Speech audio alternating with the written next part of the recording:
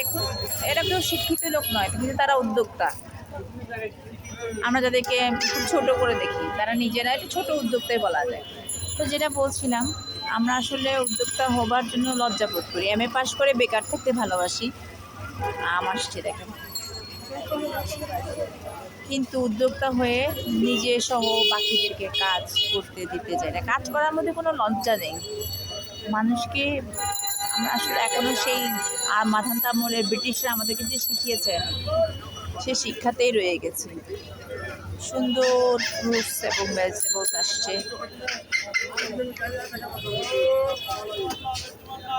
মাছও আসছে।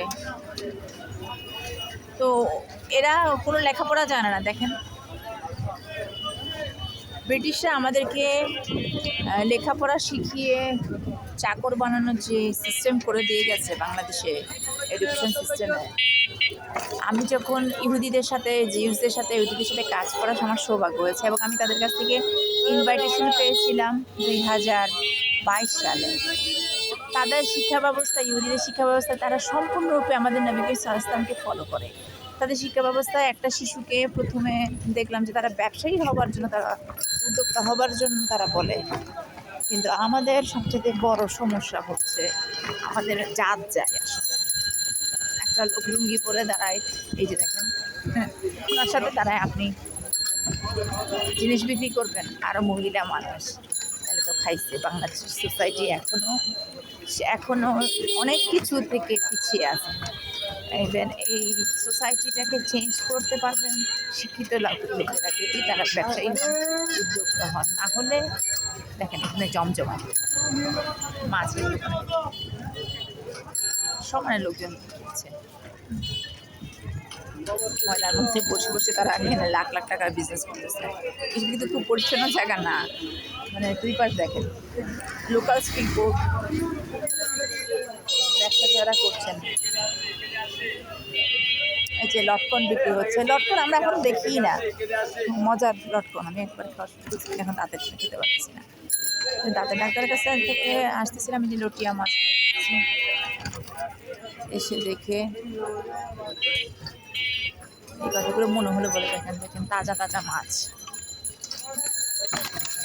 তো বলছিলাম যেটা, আমরা চাইলেই কিন্তু এই মেন্টালিটিটা চেঞ্জ করতে পারি, যে উদ্যোক্তা হলে কেউ ছোটো হয় না। মাস্টার ডিগ্রি হোল্ডার হয়ে বসে থাকে ঘরে বসে, কারো মানে অন্যের বোঝা হয়ে থাকার চেয়ে উদ্যোক্তা হওয়াটাকে আমি খুব প্রেফার করি। কারণ আমার মতে, আমি আমার নিজের ছাদের বাগান করেছি, ছোট একটা বাগান করেছি, সেটাকে আমি ইমপ্রুভ করছি, পড়াশোনা করেছি, গবেষক হতে চাইছি। এটা আমার নিজের ইন্টারেস্ট, আমার গবেষণায় খুব ইন্টারেস্ট, রিসার্চে আমার খুব ইন্টারেস্ট। তার জন্য আমি রিসার্চার হতে চাই, এবং এটা আমার একটা ইন্টারেস্ট। ওই যে ছোটো ছোটো হাঁস এনে বিক্রি করছে, সেটা আমার ইন্টারেস্ট, এবং এটা আমি লাইক করি। সো আমি মনে করি যে যখন কিনা আপনি উদ্যোক্তা হবেন, আপনার প্রথম বাধা দেবে ফ্যামিলি। আমাকে যেটা করা হয়েছে, তুমি উদ্যোক্তা হবা, ইউ ম্যাড, তোমাকে তো মানুষ বিক্রি করে খেয়ে দিয়ে নিয়ে যাবে।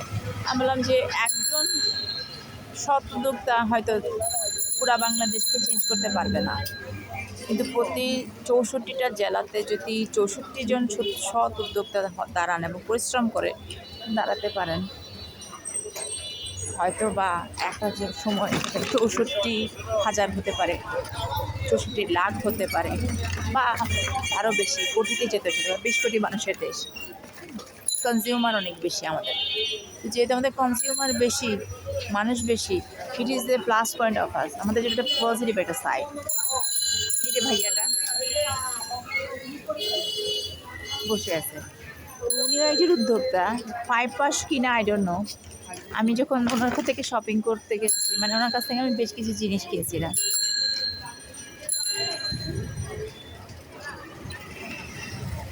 বিএড কলেজের পাশে বিএডও করছিলাম, টিচার শিক্ষকতা করেছিলাম, করে ভালো লাগছে না, কারণ মাথা খারাপ হয়ে যায়।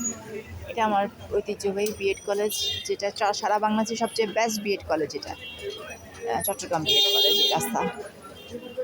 তো যেটা বলছিলাম, উদ্যোক্তা হওয়াতে কোনো লজ্জা নেই। আমরা এখন মনে করি যে আমাদের উদ্যোক্তাদের আসলে অনেক বেশি পরিমাণে অনেক ট্যালেন্টেড উদ্যোক্তা আমি দেখেছি গত ২০ বছরে।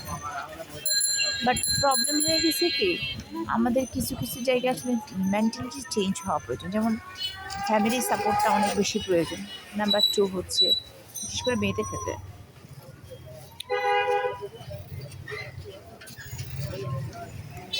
২ নাম্বার হচ্ছে আপনার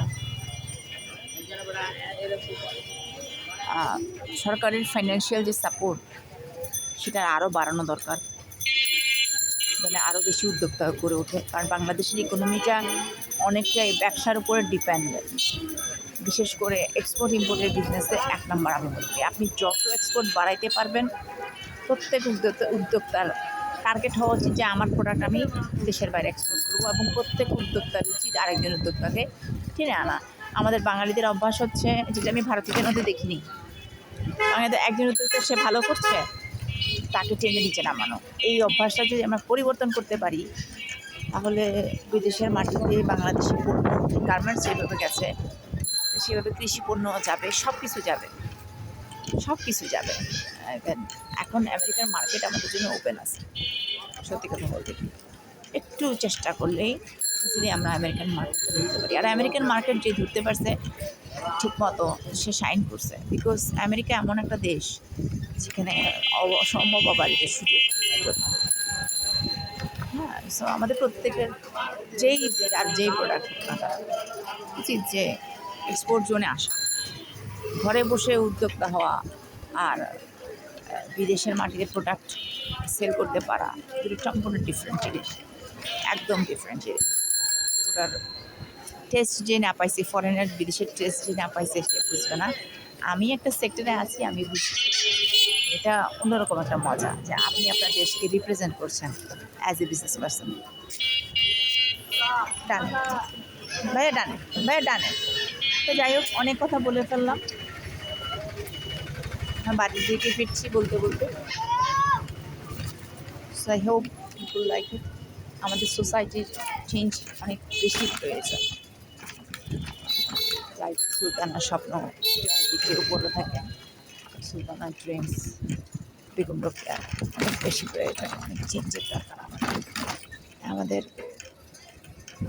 জেনজি আসলে নট ওয়ার্কিং হিয়ার, অনেক change, psychological, physical, mental change.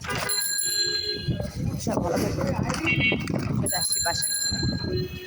হ্যাঁ, এই যে ডাক্তার ভিলা, ঠিক আছে, আমার বাসা, চলে আসছি ডাক্তার ভিলা।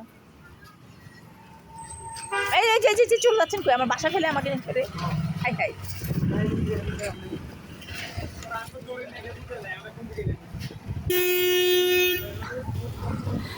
সবাইকে ভালো থাকবেন, বিদায়।